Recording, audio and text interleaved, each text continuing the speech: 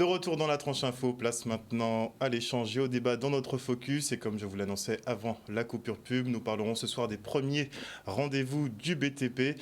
Et à cet effet, je reçois notamment José Gadarcan, président de la Fédération du bâtiment de Guadeloupe. Bonsoir monsieur Gadarcan. Bonsoir. Vous êtes aux côtés de Richard Boone, directeur territorial du Pôle emploi de Basse-Terre pour la filière BTP. Bonsoir monsieur Boone. Bonsoir. Et nous avons également Angela Pinault, qui est grutière. Bonsoir. Alors, je vais m'adresser à vous dans un premier temps, monsieur Gadarcan, puisque vous êtes l'un des principaux bâtisseurs effectivement de Guadeloupe. On va y aller droit au but. Quelle est votre volonté? Quel est le but de ces premiers rendez-vous justement du BTP? Le but premier de notre manifestation, il faut savoir qu'on devait organiser ces journées du BTP avant le Covid. Il était prévu, et à cause du Covid, donc on a été obligé de reporter. Et c'était compliqué de mettre tout le monde autour de la table parce que nous avons des partenaires de métropole, de la Guyane, de la Martinique. Et il y avait la Réunion qui devait venir aussi, mais avec ce qui s'est passé là-bas, donc ils ont été obligés d'annuler leur venue. Donc avant tout, le but de cette manifestation, c'est de faire connaître ce qu'est réellement le BTP. Et ce que nous souhaitons, c'est mettre en lumière la richesse et les opportunités que propose aujourd'hui la filière BTP en Guadeloupe. Ça, c'est un premier point. Donc, c'est pour ça que lors de la première journée de demain, nous allons recevoir des étudiants et des collégiens et des lycéens en partenariat avec le rectorat. On a France Travail, on a le conseil général, on a la région. Donc, demain, et toutes les personnes qui ont en charge la formation pour faire voir aux étudiants et à la population quelles sont les opportunités que notre filière propose aujourd'hui, parce que nous avons un manque crucial de formation et de jeunes qui soient formés et qu'on puisse recruter dans nos entreprises pour répondre aux différents marchés que nous répondons aujourd'hui. Alors justement, on va y revenir puisque la formation fait partie un petit peu du nœud du problème. Mais justement, vous faites des journées sur le bâtiment, travaux publics. Comment on fait le distinguo? C'est quoi la différence déjà entre bâtiment et travaux publics? Alors, le bâtiment, comme son nom l'indique, c'est la construction de bâtiments. Et Vraiment. tous les corps d'État qui s'attachent à ce métier de constructeur de bâtiments. Les travaux publics, c'est tout ce qui concerne les routes, le terrassement, les réseaux, les VRD et tous ces secteurs d'activité. Donc c'est un salon aujourd'hui qui est réservé aux bâtiments et aux travaux publics. Tout type de travaux. Voilà. Alors, le BTP, justement, est un secteur où le recrutement est assez difficile, vous l'avez dit. Alors, comment faire pour revaloriser les métiers de la filière et recruter, justement, plus de jeunes? Comment rendre la filière plus attractive? Mais justement, c'est le but de notre manifestation. Et ça, on le fera en collaboration avec les France Travail, on a le rectorat, on a l'université, le conseil départemental et la région, tous les gens qui ont en charge la formation de nos jeunes aujourd'hui et qu'on puisse leur dire quels sont les besoins de la profession pour que ces jeunes puissent venir déjà voir à travers ce que représente et ce qu'est la filière bâtiment et travaux publics et les inciter à faire des études qu'il faut parce qu'on a un manque crucial aujourd'hui parce que je ne cesse de le répéter, on a toujours l'impression que le bâtiment et les travaux publics ce sont des métiers difficile. Et pour preuve, on a une femme à nos côtés ce soir qui va parler de sa profession. Vous parlez de la pénibilité. La pénibilité dans ce secteur. Donc on a des jeunes qui ont toujours eu l'idée à toujours entendre dire que ce sont des métiers qui sont pénibles. Et on veut démystifier cette pénibilité qu'on a dans notre secteur. Donc on va voir les différents métiers que propose notre secteur. Et leur dire que nous avons un manque crucial. Parce que même s'il nous faut des bancheurs, des ferrailleurs qui utilisent le marteau et la truelle, nous avons un manque cruel au niveau des conducteurs de travaux, des chefs de chantier, des ingénieurs, des architectes, tous ces gens-là, ça. Même de carreleurs aussi. De carreleurs, ce sont des métiers qui sont en tension, on va en parler tout à l'heure. Mais on a un vrai problème aujourd'hui d'attractivité de nos métiers. Et on s'est toujours entendu dire que c'était des métiers qui n'étaient pas bien payés. Et ça, on veut dire que c'est faux parce qu'on a un secteur qui est organisé. Nous avons une convention collective. Nous négocions les salaires chaque année avec nos partenaires sociaux. Et à titre d'information, dans notre grille de salaire, il n'y a personne qui touche le SMIC dans nos métiers. Ok, ça, il faut le savoir. Donc, et je prends pour exemple les deux dernières années qui sont passées. On a négocié avec les partenaires sociaux parce qu'il y a eu l'inflation, il y a eu tout ça. On a donné plus de 10% d'augmentation à nos salariés. Donc, dans toutes les grilles, hein, je précise. Donc, ce sont des métiers, contrairement à ce qu'on veut faire croire à nos jeunes, ce ne sont pas des métiers qui sont mal payés. Mais tous ne gagnent pas pareil, dans tous les cas. Normal, ça dépend de la compétence et de la qualification de tout un chacun. Il y a des gens qui démarrent au bas de l'échelle et qui montent successivement en compétences. Donc, comme dans tous les métiers d'ailleurs. Donc, les salaires vont avec les compétences et l'expérience de tout un chacun. Alors, nous avons justement une grutière sur le plateau. On ne va pas vous demander votre salaire, mais est-ce que c'est bien rémunéré? Puisque vous êtes sur le plateau, vous savez exactement de quoi il s'agit. Donc oui, je peux confirmer que les salaires sont corrects dans le milieu du BTP, oui. Et en termes de... Comment vous avez atterri justement dans ce milieu, sachant que on peine à recruter notamment des hommes, c'est un milieu plus ou moins d'hommes, vous êtes une femme, comment vous êtes-vous retrouvée grutière en plus? Alors comment ça s'est passé? Simplement, pour partir du début, hein, ça fait quand même déjà 8 ans que je suis rentrée dans la famille du BTP. Donc initialement, j'ai connu tout ce qui était en amont, les avant-chantiers, parce que je m'occupais de la partie administrative des chantiers. Donc j'ai pu savoir de l'étude d'un chantier jusqu'à le début d'un chantier, comment ça se passait.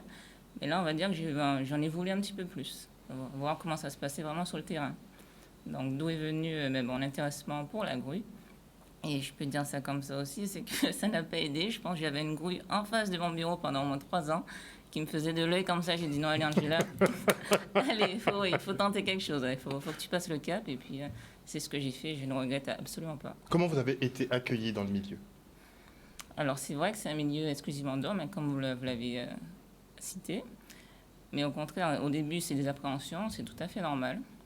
Mais l'accueil s'est très bien fait avec mes collègues, très très bien. Voilà. Maintenant tout se passe bien? Tout se passe Vous bien. êtes considéré comme les autres? Ah oui, comme un membre de l'équipe à part entière, tout à fait. Très bien. Et en termes de pénibilité, Alors, est-ce que c'est vraiment aussi dur, aussi pénible qu'on le dit? Il n'y a pas de métier facile en soi, si je peux dire. Donc là, oui, c'est un métier de terrain. Donc oui, il y a la pénibilité de la chaleur. Ça, on ne va pas se cacher. On est en Guadeloupe, on est aux Antilles. Mais les pauses sont faites en conséquence. Ils peuvent s'hydrater, etc. Puis poursuivre leur travail. Avoir une bonne équipe aussi, bien organisée, ça aide aussi à pallier à tout ça. Et puis après, tout se passe bien. Alors, on a des métiers en tension, donc qui recrutent. On a des salaires visiblement qui sont corrects. On a des conditions de travail qui s'améliorent avec la technologie qui progresse. Qu'est-ce qui manque? Qu'est-ce qui manque pour attirer les jeunes? L'attractivité. Et l'attractivité, ça passe déjà par l'information et la formation. Parce que, comme je vous dis, on a un taux de chômage aujourd'hui qui est tellement important en Guadeloupe. Et on voit des jeunes qui partent de la Guadeloupe parce qu'ils n'arrivent pas à trouver de travail, peut-être par manque de formation et d'information des secteurs qui recrutent. Aujourd'hui, dans le BTP, je vois dans les différents chantiers, aujourd'hui nous avons besoin, on parlait de métiers en tension tout à l'heure, nous avons besoin de carreleurs, nous avons besoin de plombiers, nous avons besoin d'entreprises structurées et compétentes. Eh bien, on a du mal aujourd'hui. Et quand on répond sur des appels d'offres, on s'entend dire des fois, les entreprises ne sont pas compétentes parce qu'on n'a pas de salariés formés et compétents. Donc on tient à démystifier cela et on veut aller de l'avant en disant à nos jeunes, aujourd'hui, il y a des métiers, il y a beaucoup de corps de métiers dans notre filière BTP, les travaux publics, qui ont besoin de salariés formés. Donc il faudrait, en concertation avec les institutions qui ont en charge la formation, voir quels sont les besoins déjà de nos entreprises, qu'il y ait une communication entre les donneurs d'ordre, les entreprises et les formateurs, si je puis dire.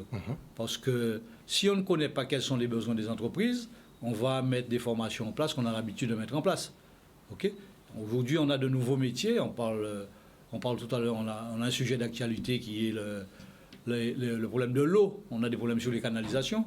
À ma connaissance, il n'y a aucune école aujourd'hui qui dispense une formation pour poser des canalisations. Clairement. Okay? Que ce soit en eau potable, que ce soit en eau usée. On parle de traitement d'eau, d'usine de traitement d'eau. Eh bien, y a-t-il des gens qui sont formés à ces métiers? On n'a pas l'expertise en local. On a les nouveaux métiers, on a le problème de traitement des déchets. Est-ce qu'on a pu anticiper ces nouveaux métiers dans le cadre du traitement des déchets? On a les déchets ménagers, on a les déchets du bâtiment. Parce qu'aujourd'hui, on a obligation de traiter ces déchets du bâtiment. Aujourd'hui, quand on a un chantier de démolition, on est obligé d'avoir une traçabilité de ces déchets du bâtiment pour dire qu'est-ce qu'on en fait. Est-ce qu'il y a des sociétés qui traitent ces déchets-là? Comment ça se fait? Avec qui? Est-ce qu'elle est habilitée à le faire? Donc, on a plein de métiers aujourd'hui dans notre secteur. Et là, il va y avoir un sujet qui va être discuté lors de ce salon. On parle de décarbonation, on parle de construction durable. Tout ça, c'est sujet à de nouveaux métiers. Donc, on a des opportunités qu'il faut prendre dès maintenant, que nos jeunes puissent être formés à ces nouveaux métiers et que les entreprises qui s'intéressent à ces nouveaux métiers puissent recruter des jeunes qui soient compétents et formés. Alors, Monsieur Boone, justement, vous devez étudier un petit peu le terrain pour évaluer justement le niveau des offres d'emploi, les métiers sous tension ou non. Qu'est-ce qui se passe au niveau du bâtiment? Au niveau du bâtiment, clairement, à France Travail, on voit très clairement que c'est un secteur en tension. On l'a dit, mais c'est clairement affiché chez nous. En 2023, on a géré à peu près 1000 offres d'emploi, un petit peu plus de 1000 offres d'emploi pour le secteur.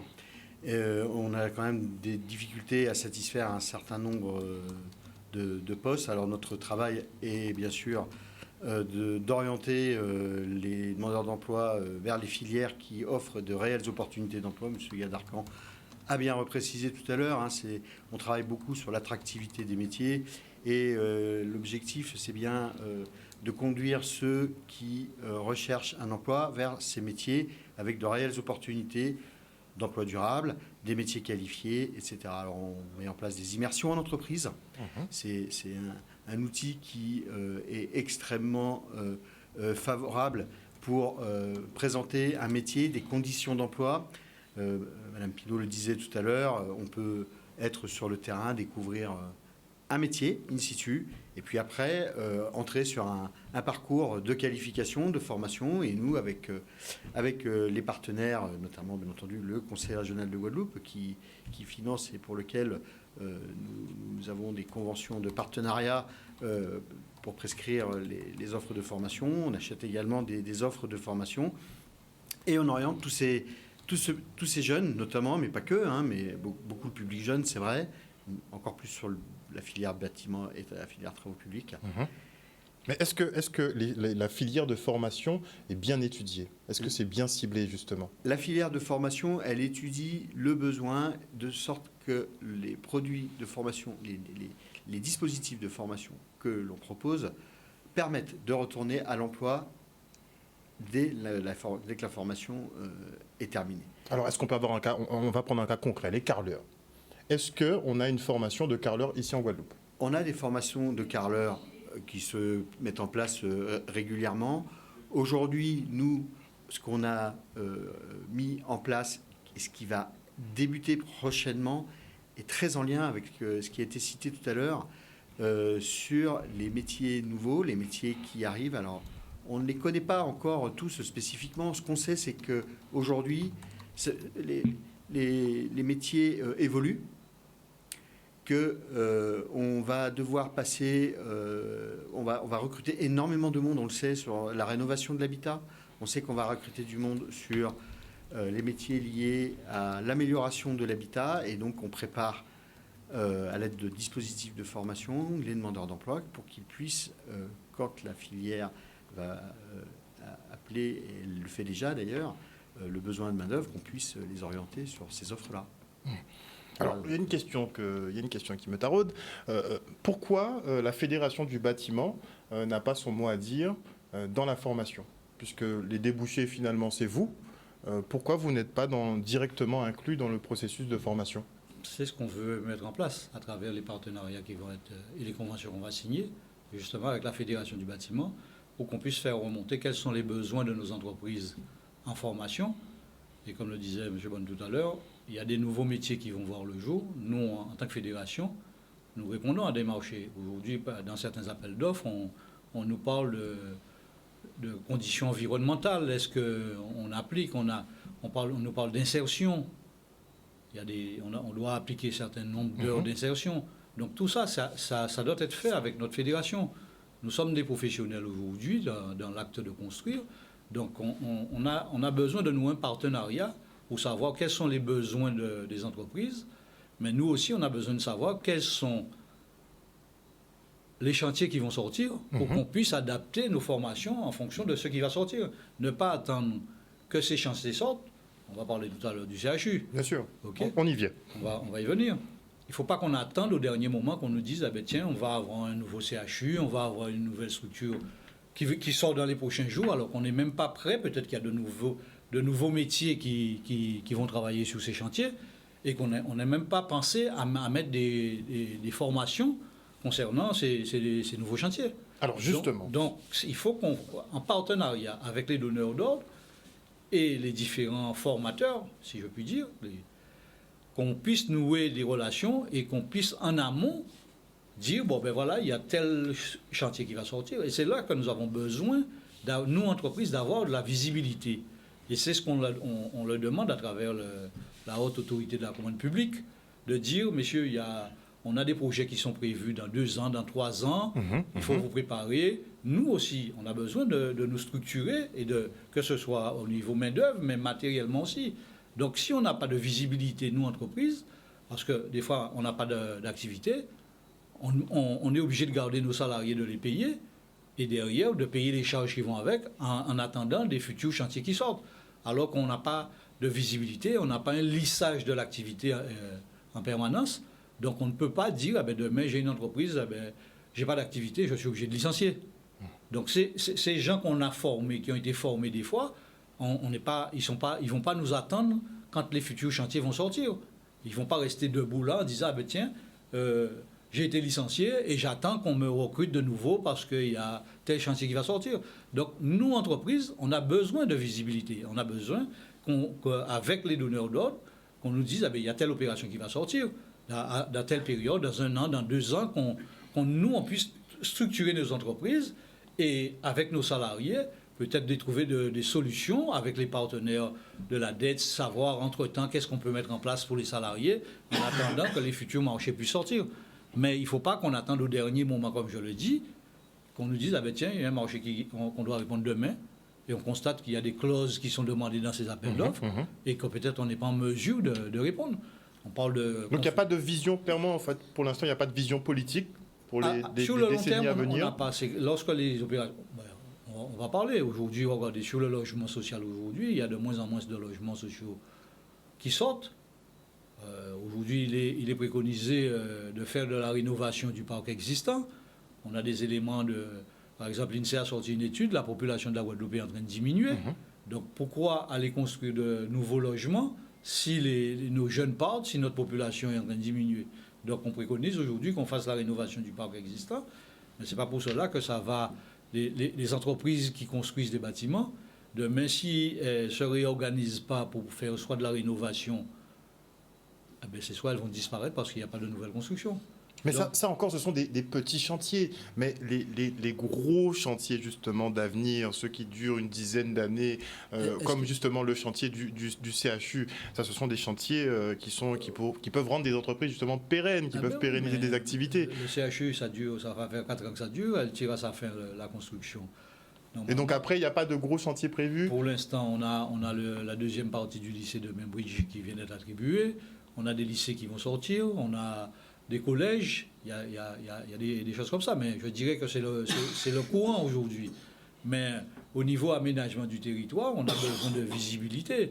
Il n'y a pas qu'un lycée qu'on va sortir, il y a de grosses opérations. On vient de voir sur le chantier de la Boucan, ça a pris plus de 15 ans. Juste pour commencer... Les appels d'offres viennent d'être attribués. Les appels d'offres. Les appels d'offres viennent d'être attribués. Donc nous, entreprises de terrassement, je prends notre cas, depuis le Covid, on n'avait pas d'activité. Et pourtant, on n'a pas licencié. J'ai gardé des salariés, on a moins d'activité. Mais aujourd'hui, on a du mal à payer nos charges sociales parce qu'on n'avait pas d'activité. Les entreprises n'ont plus de trésorerie et on est obligé pour pouvoir répondre aux appels d'offres qui viennent de sortir, on est obligé d'être à jour de nos charges sociales et fiscales. Même si avec nos différents partenaires, qu'est la DRFIP ou bien la CGSS, on a pu mettre des moratoires pour les entreprises qui l'ont souhaité. Mais il y a des gens qui ne sont pas en mesure, même en prenant des moratoires, de respecter ces moratoires. Donc, c'est ce que je dis, je reviens, on a besoin plus de visibilité. Je sais que ce n'est pas facile aujourd'hui pour nous donneurs d'ordre de trouver des financements, mais il y en a. Il faut qu'on Oui, mais puisse travailler. il y a des chantiers obligatoires. On sait qu'il y aura le chantier de l'eau, que toute la Guadeloupe, de toute façon, devra être en chantier. On sait Oui, que ça oui. représente au bas mot 1 milliard, donc Oui, c'est une mais grosse ça- manne financière. Ça, c'est une grosse manne financière, mais les 1 milliard, ça va sortir sur combien de temps? Ça va sortir sur combien de temps? On a besoin de visibilité aussi pour nos entreprises. Les 1 milliard, c'est beau de dire qu'il y a 1 milliard. Dans le cadre du plan de relance, il y avait tellement de milliards. Aujourd'hui, on a vu que l'État, dans son plan de relance, ils ont sorti le CHU, ils ont sorti l'hôtel de police de Basse-Terre, la prison de Basse-Terre, la préfecture, il y a eu des travaux à Saint-Martin, dans le cadre du plan de relance. Mais derrière, comme je l'ai dit tout à l'heure, ces chantiers arrivent à leur terme, premier semestre ou deuxième semestre 2024. Mais pour l'instant, on n'a pas de visibilité sur ce qui devrait sortir. Même si les donneurs d'ordre ont peut-être des idées, mais il faut que le financement soit bouclé, il faut tout ça. Donc, et ça peut prendre 15 ans, comme pour la Boucan. Donc on a besoin, entre le moment où on sort un projet, la Boucan, il faut le dire aussi, il y avait des problèmes d'acquisition foncière, il y avait des problèmes pour boucler le budget. Ça ne se fait pas. Est-ce qu'on peut prendre trop de temps, M. Gallard, pour régler ce genre de questions, alors qu'on sait qu'on a des ouvrages justement routiers à faire dans ce pays? On prend toujours 150 ans pour faire une déviation, pour faire un axe routier correct. On a un problème de financement aussi, il ne faut pas l'oublier. On est sur une île, on n'est pas sur un continent. Donc on a un problème. Nos collectivités, nos donneurs d'ordre, avant tout, doivent boucler les financements. On est conscient, nous sommes aujourd'hui des bâtisseurs, nous sommes des constructeurs, qu'il faut faire. On dit ah oui, on nous dit ah ouais, il y a 1 milliard dans l'eau. On sait pertinemment ce milliard, il ne va pas se faire ni en 2 ans, ni en 3 ans, et même en 4 ans. Une décennie à peu près. Donc il faut qu'on ait une visibilité pour savoir, sur 2024, quel budget qui sera alloué pour ces travaux-là, et que nos entreprises puissent s'organiser pour pouvoir répondre. Et qu'on trouve des jeunes qui soient formés à ces métiers-là. Parce qu'il ne suffit pas de dire, ah oui, il va y avoir des chantiers de l'eau. Mais s'il y a des appels d'offres qui sortent, si nos jeunes ne sont pas formés, nos entreprises n'ont pas de compétences avec... Ce sont les entreprises extérieures qui vont prendre les marchés. C'est ce qui va se passer. Comme ça s'est passé sur le CHU. Le CHU, c'est un problème spécifique. On ne peut pas dire... Aujourd'hui, c'est une grosse opération, le CHU. On a travaillé un partenariat anciennement avec Pôle emploi, qui est devenu France Travail. On a mis en place des synergies. Mais à un moment donné, il fallait se rendre à la réalité qu'il y a des corps d'État qu'on ne pouvait pas réaliser en Guadeloupe. Parce que de tels chantiers, ils sont tellement importants et avec des corps d'État qu'on ne trouve pas ici forcément. Donc il n'y avait pas d'entreprise. Donc on était obligé de faire ça. On s'est battu jusqu'au bout pour qu'il y ait le maximum d'entreprises guadeloupéennes et de salariés guadeloupéens. Mais on s'est rendu à l'évidence vite fait qu'il y a des corps d'État qu'on ne pouvait pas faire. On parlait de carreleurs tout à l'heure. Un chantier comme le CHU, aujourd'hui, on ne trouve même pas une société de carrelage qui a 15 salariés. Ça existait dans un certain temps, mais aujourd'hui, on cherche une entreprise qui a 15 salariés pour faire du carrelage, on ne trouve pas. D'accord.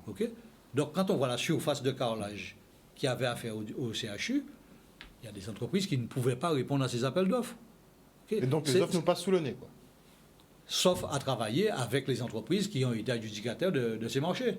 Mais à un moment donné, il faut se rendre à l'évidence que ces marchés sont tellement importants, parce qu'il ne faut pas oublier que la plupart des entreprises que nous avons actuellement dans le BTP, hormis quelques grosses structures qui font partie de grands groupes, ce sont des PME. Des PME qui n'ont pas plus de 20-30 salariés. Mais si vous avez un réseau suffisamment bien construit, bien rodé, vous pouvez répondre à ce genre de marché. Oui, mais on peut l'organiser, le réseau, si on a de la visibilité.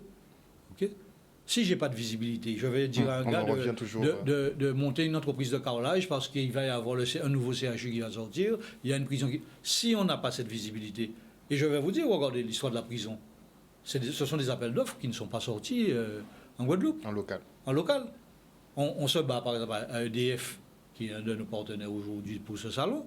On s'est battu auparavant pour que lorsque des chantiers sortent à EDF, qu'on soit consulté.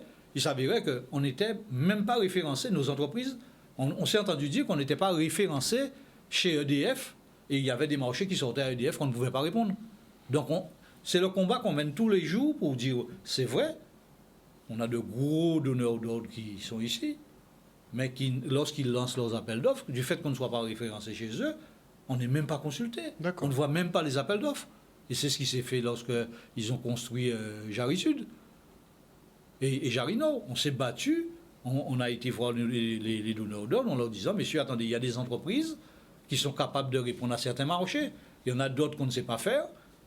C'est vrai qu'il faut faire venir, mais il y a des corps d'État aujourd'hui, localement, qu'on peut faire. Et c'est ce qu'on a fait.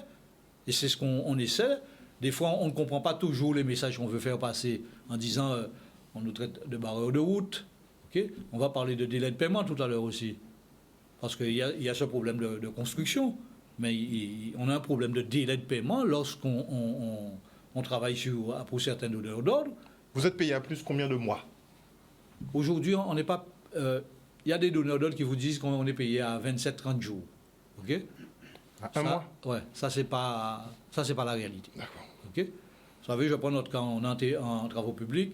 Quand on fait un chantier, il faut que le contrôleur puisse viser votre situation. Ça prend du temps. Une fois qu'il a visé la situation, on fait la situation, on la met sur un logiciel qui doit être traité. Mais à partir du moment, normalement, c'est lorsque la maîtrise d'œuvre va viser la situation que le délai de paiement part. Parce qu'il y en a beaucoup qui croient c'est lorsqu'on a déposé la situation que le délai de paiement... Non. Le code de marché, il est clair. Le délai de paiement, il part à partir du moment où la maîtrise d'œuvre vous a signé votre attachement à votre situation. Okay? Donc il y a des gens qui vous disent ah ben non, on a reçu la situation sur votre logiciel. Non. Le délai de paiement, il ne part pas à partir de ce moment. D'accord. Donc on a vraiment un problème de délai de paiement, et ça, on se bat tous les jours avec des donneurs d'ordre. Et il y a des collectivités qui prennent plus d'1 an avant de payer. On a fait des séances de travail avec la préfecture qui nous disaient on va faire des mandatements d'office. On a des préfets qui sont passés il y a quelques années, on leur a emmené des cartons, les entreprises nous ont emmené des cartons de situations qu'ils avaient avec des marchés, tout clair. Le préfet nous a demandé de le faire. On a tout emmené. Quand on est revenu voir le préfet nous dit oui, on a vu, mais ils n'ont pas l'argent. Je ne peux pas faire de mandatement d'office. Et il y a des priorités avant. On doit payer des salaires des collectivités d'abord, on doit payer des fournisseurs d'abord. Donc on reste en attente de paiement, même si on a essayé de se faire des mandatements d'office. Donc des fois, ça passe par des procédures judiciaires pour se faire payer. D'accord. Alors que nous avons des salariés à payer, nous avons des charges sociales, nous avons des fournisseurs, nous avons des charges fiscales à payer. Et on est en manque de trésorerie aujourd'hui parce qu'on n'est pas payé en temps et en heure. Donc, et c'est en ce moment-là que, si je puis m'exprimer comme ça, parce que je prends le cadre des charges sociales et fiscales, à partir du moment où vous n'avez pas payé en temps et en heure, vous avez une majoration de 10%. Okay? Les entreprises n'ont pas de trésorerie. Qu'est-ce qui se passe aujourd'hui, que ce soit au niveau de la DRFIP, que ce soit au niveau de la CGSS? Ils font des mandatements d'office. Des fois, ils passent sur les comptes des entreprises, et à la fin du mois, ils n'ont même pas de quoi payer les salaires. Okay? Même si on peut mettre des moratoires, on peut mettre tout ce qu'on veut en place, le nerf de la guerre, c'est l'activité. Et c'est de se faire payer en temps et en heure. Et c'est ce qui nous permettra demain de dire qu'on va recruter tant de salariés, on prendra tant en insertion. Okay? On nous reproche tout le temps de ne pas jouer le jeu de l'alternance. Okay? Je ne peux jouer le jeu de l'alternance si seulement je joue de l'activité. Si je n'ai pas d'activité, je ne vais pas prendre un jeune en alternance à le mettre à regarder certains engins qui travaillent. Si je n'ai pas d'activité réellement. Donc, c'est ça le problème. On nous critique en nous disant, oui, les entreprises ne jouent pas le jeu. On fait des demandes, on fait ci, on fait ça. Mais si je n'ai pas de visibilité, je n'ai pas d'activité, comment vous voulez que je puisse jouer le jeu alors que c'est ce que je demande? Je demande à avoir des jeunes qu'on nous mette en alternance. Plus vous avez de chantier, plus vous êtes content. Mais c'est le but d'avoir une société. C'est de pouvoir travailler et de pouvoir payer nos salariés, payer nos charges, payer nos fournisseurs en temps et en heure. C'est ce qu'on voudrait. Mais de notre côté, on ne peut pas, on n'a pas un arbre qu'on secoue et dire tiens, j'ai besoin d'argent pour payer tel jour. Non. Ça ne se passe pas comme ça. Pour rebondir sur tout ce que M. Gaillardarcan vient d'évoquer, moi je vais rester sur la partie qui nous concerne nous à France Travail. Et je voulais juste aborder le sujet que vous avez évoqué tout à l'heure par rapport au diagnostic des besoins du territoire. Alors si on n'a pas cette visibilité à plus long terme, on l'a quand même à court et à moyen terme. Et on sait quand même qu'on a des besoins importants dans le gros œuvre, dans le second œuvre. M. Gaillardarcan évoquait les carreleurs. On a des carreleurs, mais on n'a pas de société de carrelage qui peuvent répondre à des appels à projets de grande envergure. Donc du coup, ces entreprises, elles arrivent quand même à travailler en tant que prestataires, mais au final, elles recherchent quand même du monde. Donc nous, on met en place des formations dans ces domaines-là. On met également en place des formations. On a parlé de la rénovation des canalisations d'eau, du réseau d'eau. Et cela va passer, alors là on est plutôt sur la partie travaux publics, on l'a expliqué tout à l'heure, mais c'est une filière, c'est le secteur qui recrute aussi énormément. Et donc on met en place des formations dans ce domaine-là. Donc moi je peux que inviter tous ceux qui souhaitent découvrir les métiers, les secteurs, les formations à venir pendant 3 jours, rencontrer l'ensemble des partenaires, mais la fédération bien entendu, nous-mêmes, et puis tous les autres partenaires, les entreprises forcément. Et je suis à peu près persuadé qu'on arrivera à susciter des envies, des vocations, et on sera présent et on les accompagnera sur les dispositifs de formation dont ils ont besoin pour occuper les emplois de demain. On se quitte pour une petite page de publicité. De retour dans le Focus, nous sommes toujours en présence de José Gadarcan, président de la Fédération du bâtiment. Alors on discutait justement de ce premier rendez-vous du bâtiment et des travaux publics que vous organisez du 8 au 10 février prochain. Vous nous parliez justement des problématiques. On en était sur les délais de paiement. Ça vous pose de gros problèmes. On est sur du 1 mois à plus d'1 an pour certaines collectivités. Si c'est pas plus aussi des fois. Même plus. Mais pourquoi on vous met à mal comme ça ? Oui, mais c'est soit des collectivités qui lancent des travaux et n'ont pas le financement. Et ils font faire les travaux. Et justement, c'est ce qu'on alerte des pouvoirs publics pour leur dire, mais l'État, par exemple, a le contrôle de l'égalité. Il faudrait qu'à un moment donné, il contrôle la légalité du marché, mais il faudrait qu'il puisse contrôler est-ce que le financement est mis en place. Okay, c'est ce qu'il faut qu'il soit fait. Donc des fois, ils n'ont même pas la capacité de payer. Aujourd'hui, j'ai des maîtres d'ouvrage délégués. Par exemple, il y a certaines SEM qui ont des opérations en maîtrise d'ouvrage déléguée. Okay? Mais ils n'ont pas la maîtrise financière, je pourrais dire. Eh bien, on fait faire les travaux. Quand on dit à la maîtrise d'œuvre, eh bien, la maîtrise d'ouvrage déléguée, on n'est pas payé. Eh bien, moi, je ne suis pas payé par la collectivité, donc je ne peux pas vous payer. Parce que je n'ai pas été payé moi-même. Vous voyez ? J'ai des entreprises qui travaillaient, qui ont été liquidées à cause de ça, parce qu'ils n'ont jamais pu être payés pendant des années. Okay? Mais quand je vous dis des années, mais il y a des collectivités... c'est impensable. Si on le dit, les gens vont nous dire, mais comment on fait ? Donc mauvais payeur à ce point. Mais parce qu'ils n'ont pas l'argent. Quand on fait partie d'instances nationales, je suis administrateur à la FNTP et à la FFB. Quand on parle de ce problème-là, il nous dit, vous êtes vivant toujours ? On ne peut pas comprendre. De un, vous n'avez pas beaucoup d'activités, et vous êtes payé avec des délais qui dépassent les 6 mois, les 1 an. Mais comment vous faites ? Vous êtes vivant toujours ? Comment on peut garder une structure et garder ses salariés ? Parce que nous faisons vivre des familles. Okay ? Aujourd'hui, moi, quand on me voit, on me dit, ah ben oui, mais monsieur Gadarcan, je fais travailler des familles, des transporteurs, je fais travailler des fournisseurs, je fais travailler des sous-traitants. Okay ? Mais si je ne suis pas payé, même si on a la faculté de pouvoir mettre ces gens en sous-traitance à paiement direct, mais j'ai vu des entreprises et des artisans qui ont été liquidés parce qu'ils n'ont pas été payés, même en étant en sous-traitance à paiement direct. Vous voyez ? On arrive à faire ce genre d'exploit-là quand même ici. Incroyable. Donc on a un problème sur les paiements, vous avez un problème de visibilité parce que vous n'avez pas de chantier programmé sur 10, 15 ans.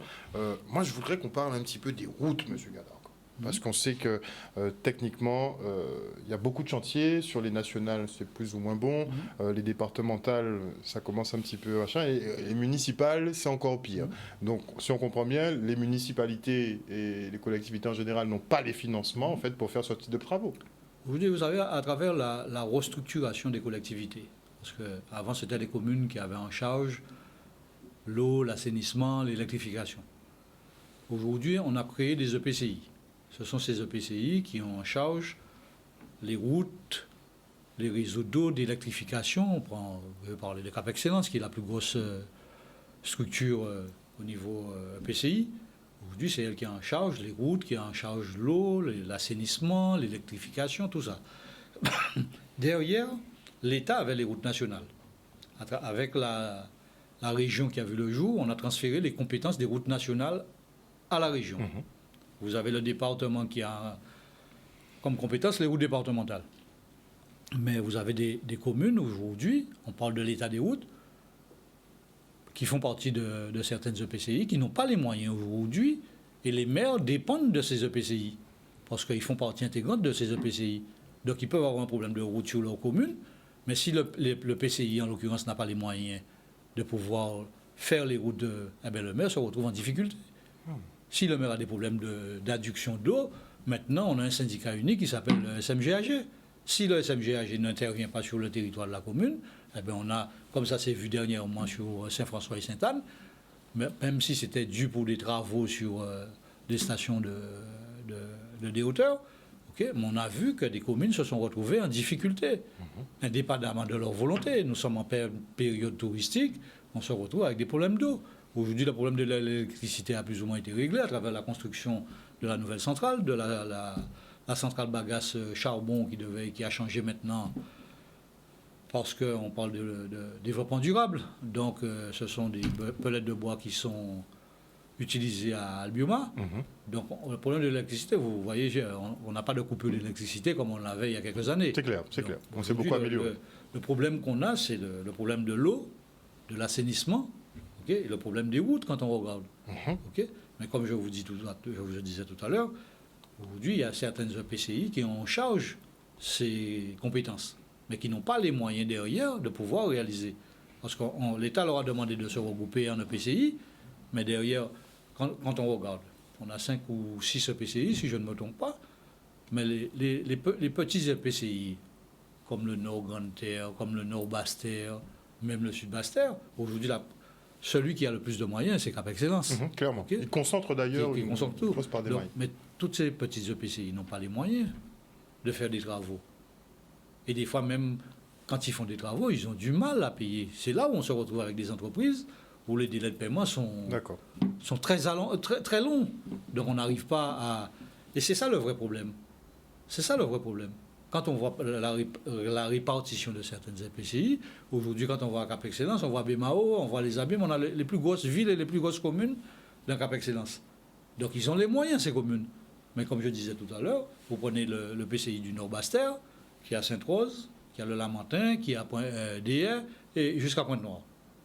Ce sont des communes qui n'ont pas de gros revenus. Donc même au niveau de dotation, c'est en fonction de la population, et j'en passe. Qu'on leur donne des dotations. Quand vous prenez le PCI du Nord-Grande-Terre, ils ont le même problème. On peut reprocher tout ce qu'on veut à ces dirigeants de PCI, de communes et de collectivités, mais on a un problème structurel aussi qu'il faut dire. Aujourd'hui, on nous a obligés de nous organiser en EPCI. Il y a des EPCI qui n'ont pas les moyens de la politique, d'autant plus que, on disait tout à l'heure, on parlait de changement. On a de nouvelles normes, on a de nouvelles... réglementations qui sortent, donc ces EPCI sont obligés de se mettre en adéquation avec les nouvelles lois et les nouvelles normes, mais n'ont pas les moyens derrière de le faire.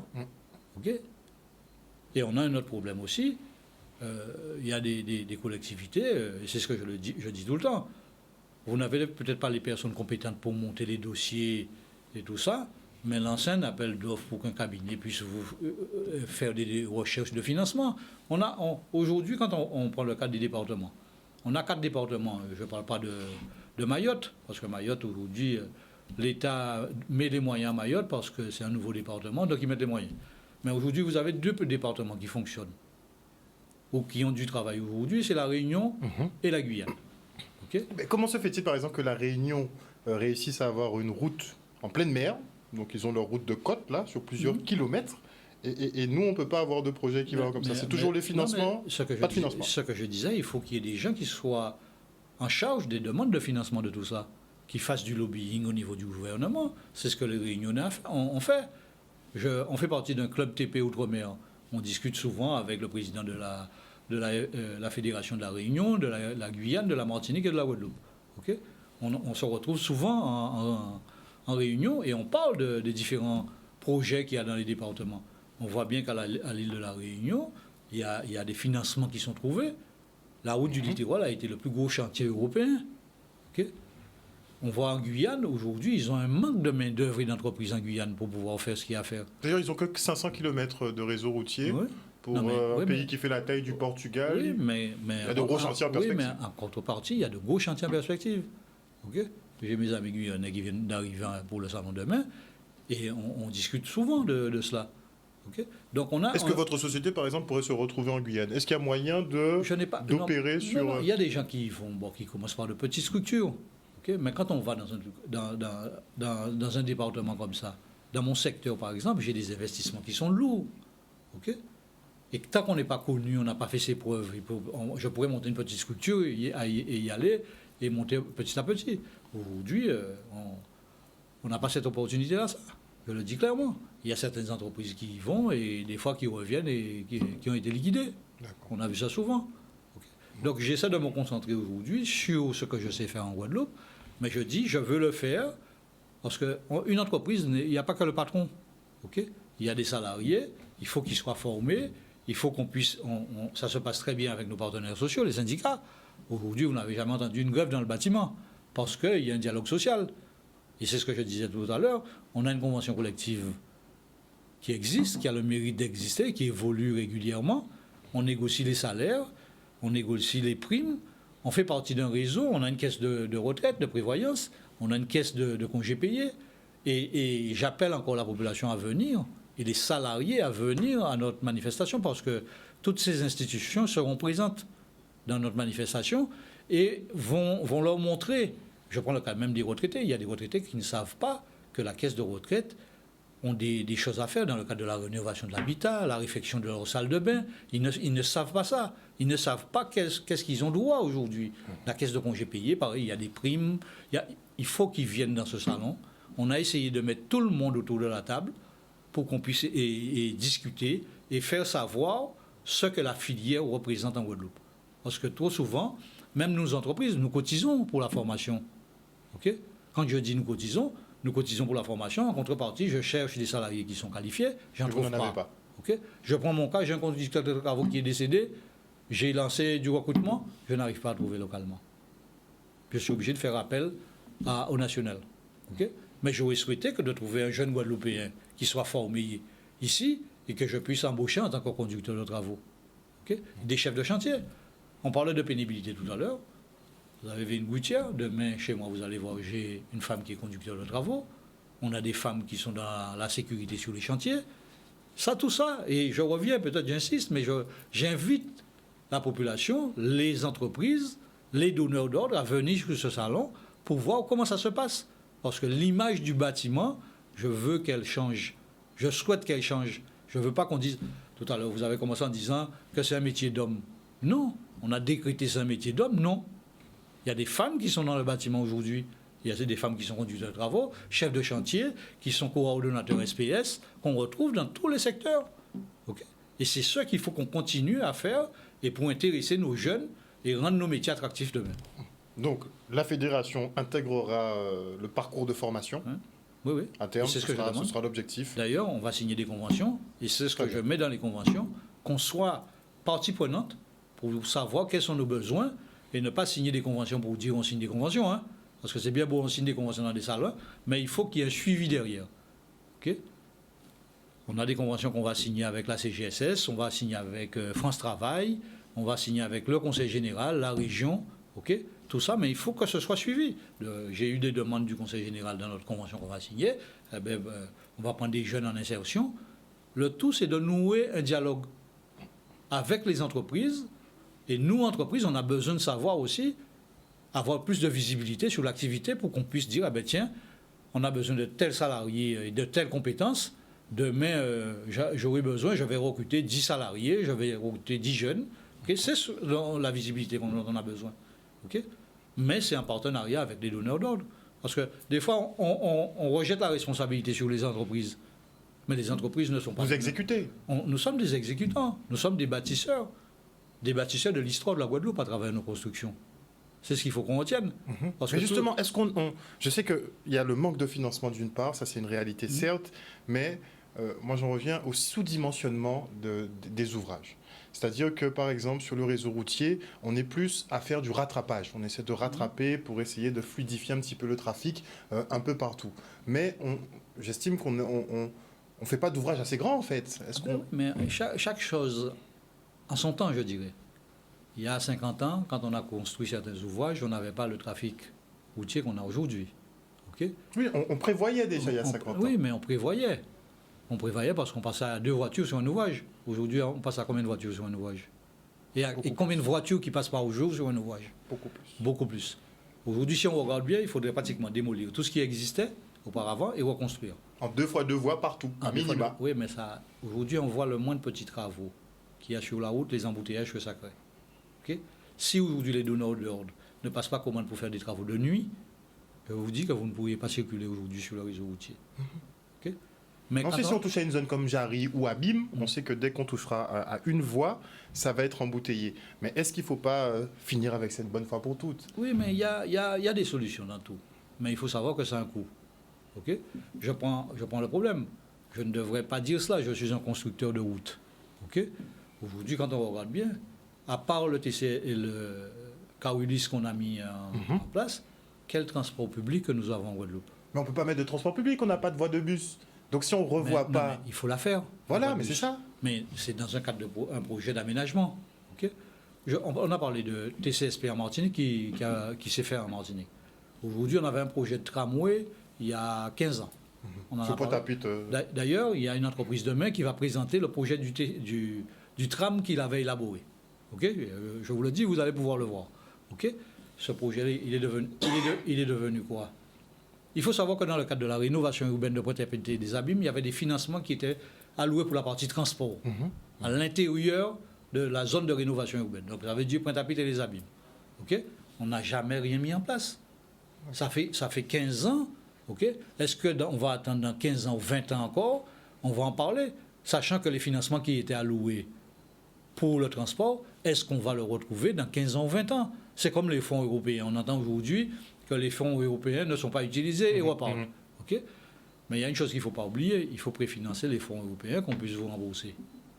Est-ce que nos collectivités aujourd'hui ont la capacité de mobiliser des crédits pour faire des projets et que derrière l'Europe puisse leur rembourser ces crédits? Hein? Donc c'est ça tout le problème aussi. On ne peut pas critiquer en permanence les élus et dire « Ah ouais, ils ne font pas ». Mais il faut savoir comment ça fonctionne. Et il faut savoir quelles sont les capacités financières de nos collectivités. Okay? Il y a tout à faire. On a un petit département, mais on se compare des fois à des continents. Okay? Par rapport, parce qu'on voyage, on voit ce qui se passe ailleurs. On voudrait avoir tout bien. On voudrait avoir tout bien. Okay? Donc, il faut savoir la réalité des choses. C'est vrai qu'on a besoin de plus de routes, on a besoin de plus d'infrastructures, mais à la décharge des collectivités, elles ont des limites, je dirais... La réalité financière, la réalité foncière. Okay. On ne veut pas que les impôts augmentent. Si les impôts augmentent, ah ouais, c'est tel maire, c'est tel président qui a fait ci, qui a fait ça. Personne ne veut laisser son terrain pour que la route passe dessus. Je prends le contournement de Sainte-Anne. Les emprises foncières étaient gelées, okay, à l'époque de Mme Michaud-Chevry. Interdiction de construire sur l'emprise. Okay. Aujourd'hui, vous avez des gens qui ont construit sur l'emprise. Okay, parce que le projet n'a pas vu le jour. Il y avait une déviation qui était prévue à Mornalo, qui n'a pas vu le jour. Donc, qu'est-ce qu'on fait? On fait des élargissements, on fait des voies pour les cyclistes, mais ça ne règle pas le problème du trafic. Parce qu'il faut des voies de bus. Donc, à un moment donné, il faudra penser au transport public à mettre en place. Exact. La Martinique, ils ont eu leur TCSP. Est-ce qu'il faut faire un tramway? Est-ce qu'il faut faire un TCSP? Mais il faut que les donneurs d'ordre puissent prendre le problème à bras-le-corps. La Réunion a fait son projet de route sur le littoral. Ils ont trouvé des financements. Ils ont travaillé pour ça. Okay? La Martinique a fait son TCSP. La Guyane est en train de faire son TCSP. Le département de la Guadeloupe, quand est-ce qu'on va sortir un projet de transport public? Okay? Même si on a mis Carulis, mais Carulis, il fonctionne sur les mêmes voies que nous, automobilistes. Mais avoir des bus, c'est pas le problème. On peut avoir des bus, mais si on n'a pas les couloirs de bus pour qu'ils respectent les horaires, ça ne sert à rien du tout. Le couloir de bus, on peut le faire à condition qu'on accepte de démolir certaines maisons pour faire la voie de bus. C'est ça. Ça sera une nécessité ou pas, M. Gada, encore? C'est une nécessité, ok? C'est une nécessité, mais il faut boucler tout ça financièrement, ok? Dédommager les gens parce qu'on va leur démolir leur maison, on va prendre sur leur terrain. Tout ça, ça fait partie d'un projet. Et ça ne sort pas en un an, ni en 2 ans. On le voit à travers les différents... La Bouca, je vous dis, ça fait plus de 15 ans. Okay, plus de 15 ans, le projet est sorti, et il n'y a pas longtemps que la région a fini, à travers l'agence foncière qu'ils ont montée, qui est devenue terre, qui sera aussi au salon. Okay, ils ont fini enfin de faire les acquisitions foncières. Donc on ne peut pas leur reprocher d'un côté de dire que les projets ne sortent pas, mais il y a des contraintes avant. Okay, il y a des études qui doivent être faites avant. Oui, la population peut entendre effectivement qu'il y a certains délais, mais ils veulent aussi voir le changement. Oui, mais il faut savoir, la population, il y a des agriculteurs qui font partie de la population et qui avaient leur champ sur l'emprise du projet du contournement de la Boucan. Okay, et qu'il fallait dédommager. Okay, aujourd'hui, ils ont dédommagé. Il y a toujours des agriculteurs qui ont leurs champs de canne, même s'ils ont été dédommagés, il y a des agriculteurs qui sont toujours sur l'emprise foncière. Okay, et arrivé quand les entreprises vont démarrer, je pense que il faudra y aller et renégocier avec eux. Ils vont vous dire, oui, mais la récolte, il faudra attendre que la récolte démarre pour que je puisse couper mes cannes, alors qu'ils ont déjà été dédommagés. Notre problème. Donc il faut qu'on se dise les choses. Il ne suffit pas de dire oui, les élus ne font... Tout ne se fait pas. Le président de région l'a dit tout à l'heure, il a dit peut-être à sa manière, on ne fait pas une déviation comme la Boucan, comme si on allait acheter une baguette à la boulangerie. Ce n'est pas aussi facile. Parce que la population, on veut toujours, oui, je comprends. J'habiterais à Sainte-Rose ou à Déhé, j'aurais eu un énorme problème. Okay, vous prenez des élèves qui sortent de Pointe-Noire ou de Déhé pour aller au lycée de Bainbridge ou au Jardin d'Essai, ils se lèvent à 3 h du matin pour prendre un transport en commun pour voir s'ils arrivent à aller dans leur cours. Clairement. Donc il y a tout ça à prendre en considération. Mais ça ne se fait pas du jour au lendemain, et ça se fait avec de la bonne volonté et avec des gens qui veulent travailler pour la Guadeloupe et pour les Guadeloupéens. On s'entend dire oui, il y a des gens qui ont en charge et qui ont les compétences, mais on est là pour les accompagner, on n'est pas là tout le temps pour critiquer. Quand il faut critiquer, on sait critiquer. Mais quand on connaît la réalité de notre territoire, okay, il faut savoir le dire aussi. C'est facile de dire, tu sais, dans tel département, ils ont ci, ils ont ça. Ouais, mais on n'est pas comme les autres départements. Okay, on a nos réalités, c'est sûr. On a nos réalités. Vous regardez, la Martinique qui est plus... je dirais la Martinique, est, au niveau foncier, c'est plus compliqué, beaucoup plus compliqué que nous en Guadeloupe. Okay, pourtant, ils ont sorti un TCSP. Quand même. Okay, donc ça reste, reste faisable. Ah ben oui. Et si on n'engendre pas, on ne commence pas les projets, on ne sortira jamais de cette situation. Alors, malheureusement, le temps nous fait défaut. J'aurais voulu aborder la question de l'aménagement sur la zone des 50 pas, puisque la région va récupérer la zone des 50 pas. Donc, ça va vouloir dire réaménagement de toutes ces zones. On est sur des zones très compliquées, puisqu'il y a de l'eau à proximité. Enfin, ça peut être très compliqué. Je pense que ça méritera des discussions par ailleurs, puisque tout le littoral guadeloupéen va se retrouver en chantier à un moment ou à un autre. Ce sera des mannes financières pour les entreprises, mais encore faudra-t-il que vous ayez la maîtrise et les personnels formés pour répondre à ces marchés. Toutes ces questions seront abordées en tout cas du 8 au 10 février prochain à l'occasion des premiers rendez-vous du BTP. Tout le monde peut participer, principalement les professionnels du secteur. N'hésitez pas donc à participer au premier rendez-vous du BTP de Guadeloupe. Le mot de la fin. Et c'est un salon qui est gratuit. Vous avez tenu à ce qu'il reste gratuit. Il faut qu'il soit gratuit et qu'il soit accessible à tout le monde. Pas seulement les étudiants, les collégiens et les socioprofessionnels, c'est toute la population de la Guadeloupe qui est invitée à venir sur ce salon parce que nous voulons créer des émulations. Les jeunes qui arrivent, qui puissent voir un engin, comment il travaille. Aujourd'hui, j'ai besoin d'un conducteur d'engin, je ne trouve pas. C'est pas normal. Il y a pas. Aujourd'hui, le RSMA sera présent à notre... C'est l'un des plus gros formateurs, finalement, le RSMA. Parce qu'ils ont une plateforme où ils forment des jeunes. Aujourd'hui, quand il y a des entreprises qui vont recruter au RSMA. Okay, mais s'il n'y avait pas le RSMA, y a-t-il une formation pour les conducteurs d'engins? Okay. Donc c'est ce qu'on veut montrer. Il va falloir agir. On veut créer des émulations, mais on veut montrer aux donneurs d'ordre aussi qu'il y a des choses et des gens qui ont la compétence au niveau formation, qu'il y a des choses à mettre en place, mais en concertation avec nos entreprises et avec notre fédération. Merci beaucoup, José Gadarcan, je le rappelle, président de la Fédération du bâtiment de Guadeloupe, d'être venu sur ce plateau ce soir nous parler donc de la réalité du bâtiment guadeloupéen et de ces premiers rendez-vous que vous organisez à partir de demain. Merci encore. Merci. Bonne soirée à vous sur Canal 10. Merci beaucoup.